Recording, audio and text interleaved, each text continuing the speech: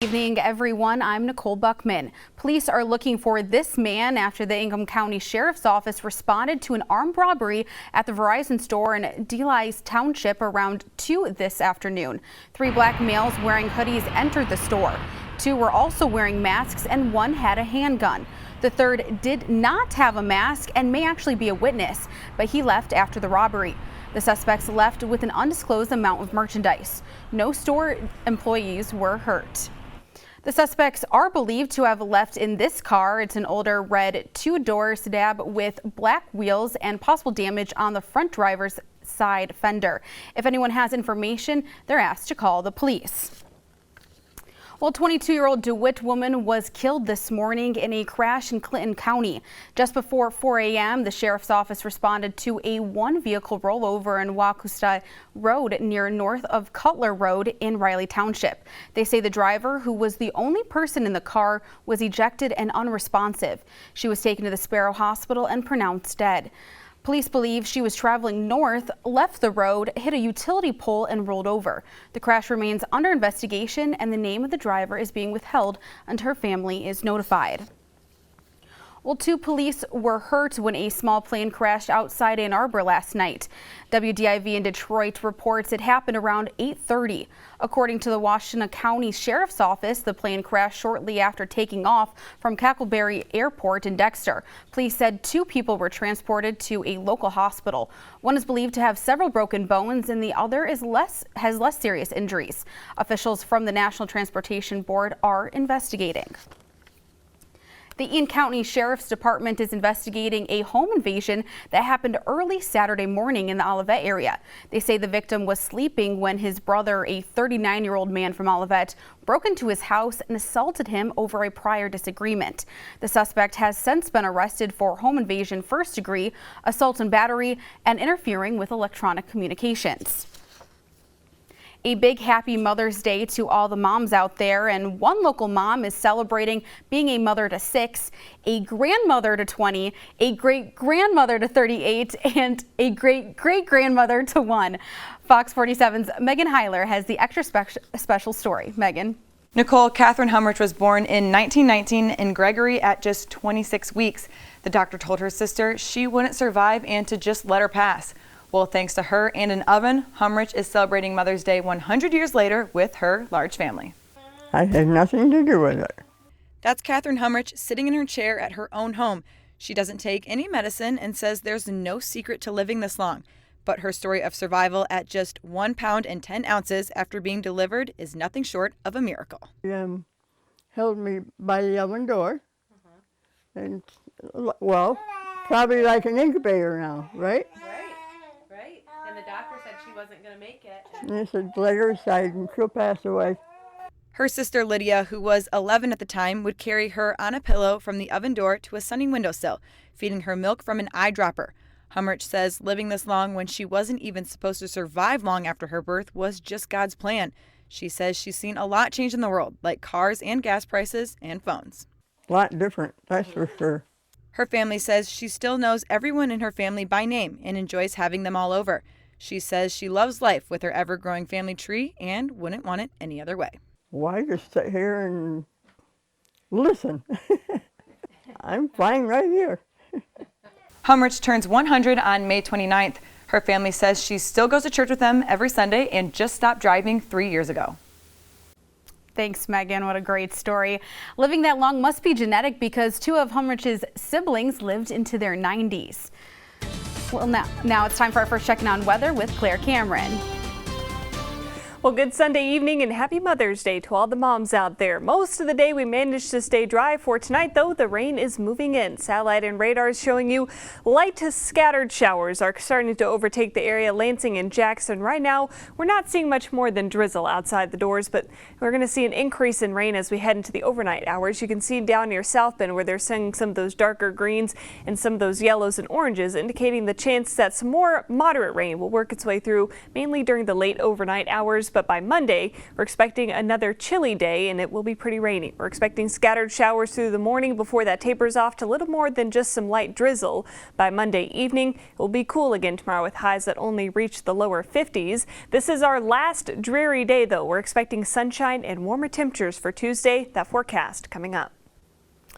Railroad crews will be working on some local tracks, creating a detour. The city of Lansing says Illyrius Road between Enterprise Drive and Jolly Road will be closed starting tomorrow. That's on the city's south side. The Adrian and Blissfield Railroad Company is upgrading equipment at the crossing. Detours will be posted. The work is expected to be finished by next week. A bear was found in a tree in a residential area that wandered its way into the city this morning. The Grand Rapids Police Department says it was first spotted near McKay Park. The DNR has since loaded up the bear to be returned to the wild.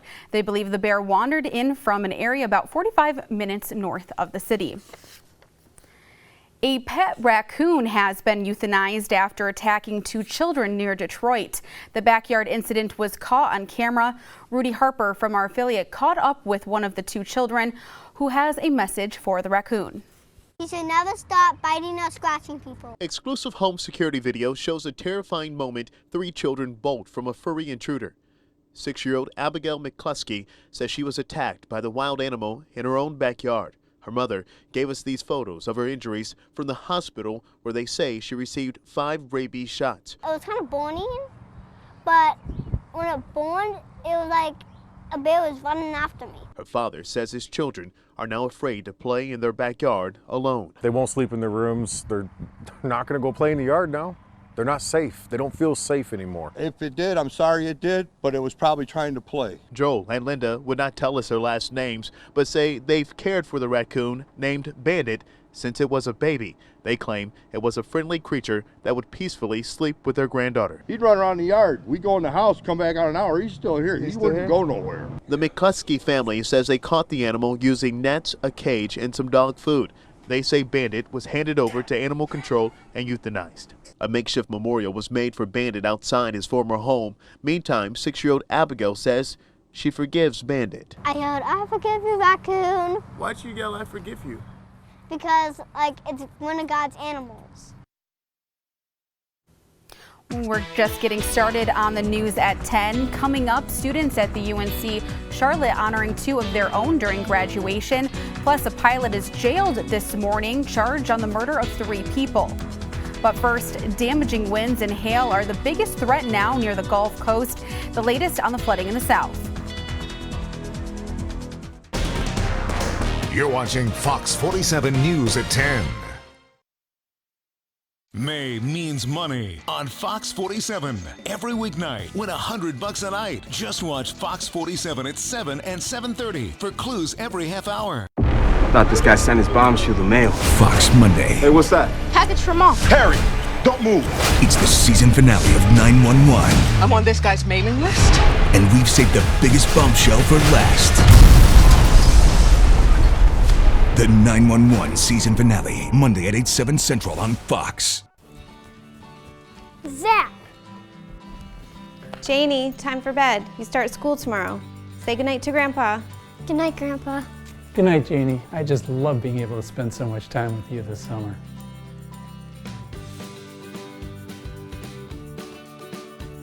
Grandpa! Hi, Janie. You ready to get going? Let's roll. We'll train you to be a professional school bus driver for your community. Do you have what it takes to be a hero? Apply today.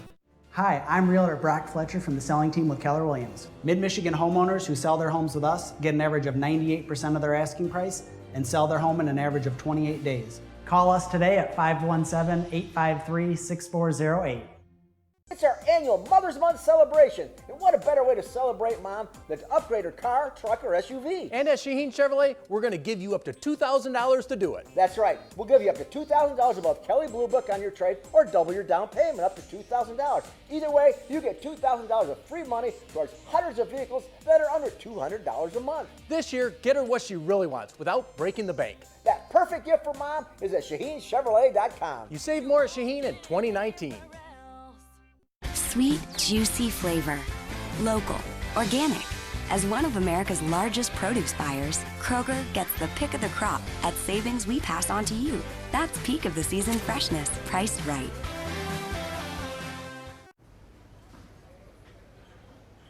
If you come to Arby's from 2 to 5 p.m., you can get sliders for $1. For another $1, you can get a drink or a shake. And for the low, low price of another $1, you can round out this afternoon snack with warm cookies. It's really a meal at this point, but call it a snack. That way you can come back for dinner. Arby's, we have the meats. For sandwiches. Don't miss Daily Mail, weeknights at 6 on My 47.4. Turn on the lights with Capital Lighting. Experience our full-service lighting showroom. Discover the hundreds of beautiful fixtures available to bring your home to life. Visit today at Capital Lighting of East Lansing, where bright ideas begin. Monticello's, where you choose to give your family and friends the very best. Lansing's Golden Nugget. A Fox 47 News weather kit. Go to fox47news.com to find out how. 35 million Americans were on alert for severe weather today. A storm system that brought widespread flooding to parts of Texas and the Gulf Coast is now pushing east. Damaging winds and hail are the biggest threat now, but as David Daniel reports, people in Mississippi and Louisiana are still dealing with flash flooding. Water rescues and road closures. For days, heavy rain has pounded the southeast, leaving residents in search of higher ground as floodwaters engulf their homes. We've already had 18 houses underwater, that's had so much water in them, a foot or above. So we've been really, really upset. Some parts of Louisiana saw several inches of rain fall overnight, leaving some roads impassable. Mississippians saw a similar sight. Flooded roads left people stranded in Biloxi. Residents called loved ones as they loaded into rescue boats on Sunday. First responders carried stranded residents and their pets to nearby shelters. Strong storms rocked Dauphin Island off the Alabama coast. Homeowners and vacationers surveyed the damage Sunday afternoon after fierce winds sent trees into homes and scattered debris across the island.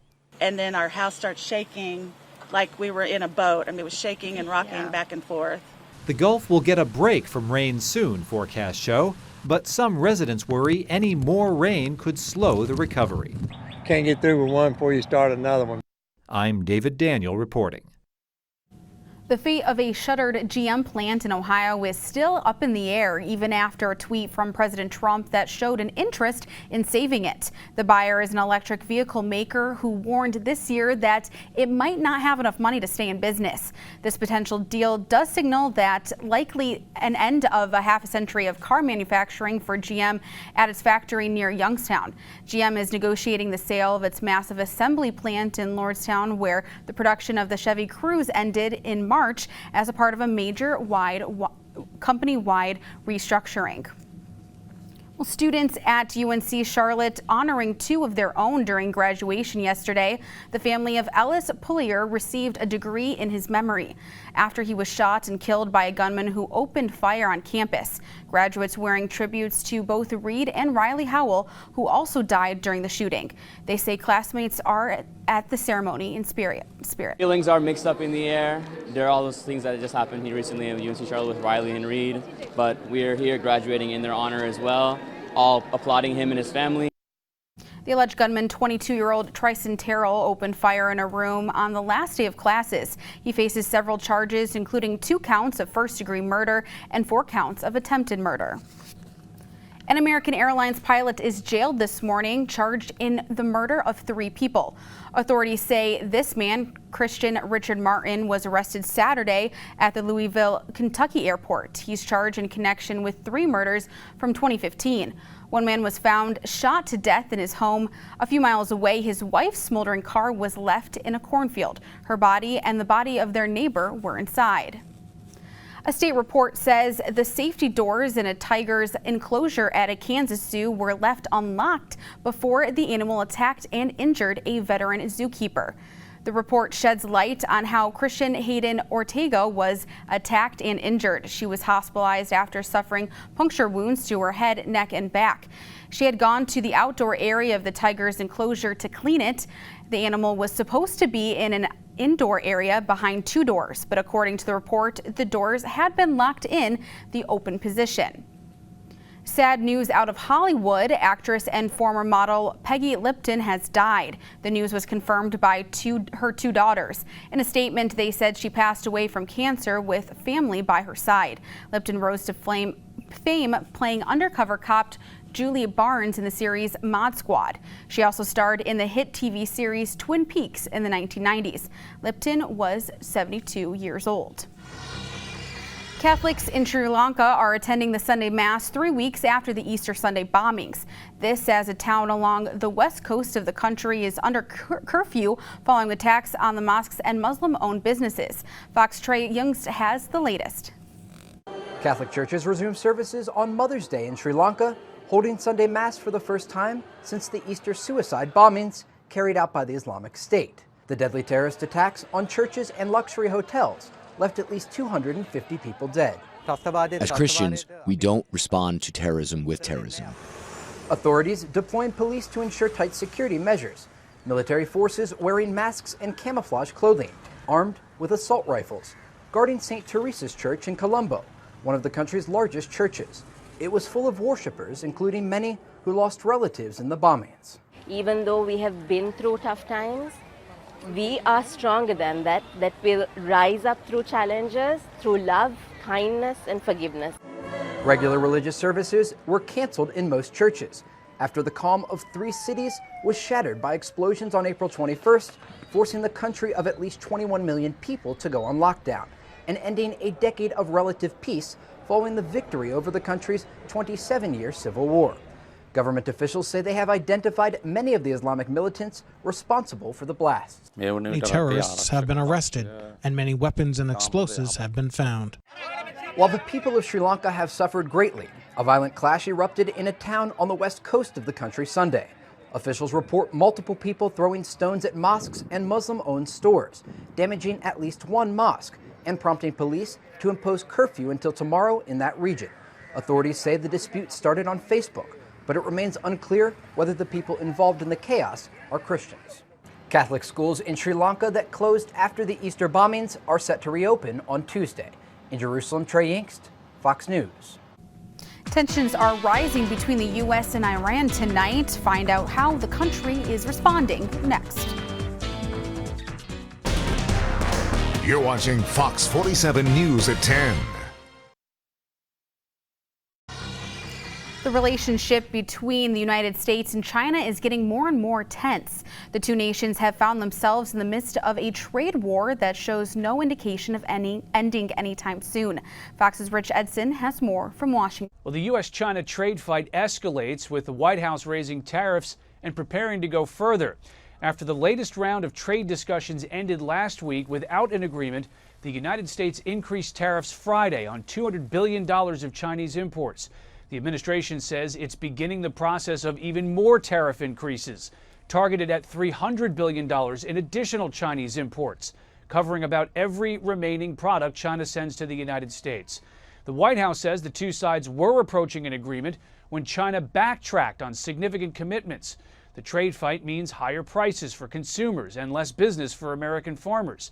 Top White House economic advisor Larry Kudlow says the U.S. is trying to correct a generation of unfair policies. I think this is a risk we should and can take without damaging our economy in any appreciable way. Maybe the toughest burdens on the farmers, the agriculture sector, we get that. We've helped them before on lost exports. I think we had an authorization of $12 billion. We will do it again if we have to be, and if the numbers show that out. China has yet to announce if or how it would retaliate.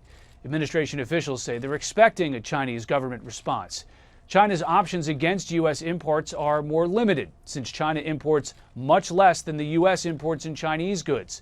There are no negotiations scheduled between the two countries, though the White House says there's a good chance President Trump and Chinese President Xi Jinping will meet later next month when they both attend an international summit in Japan.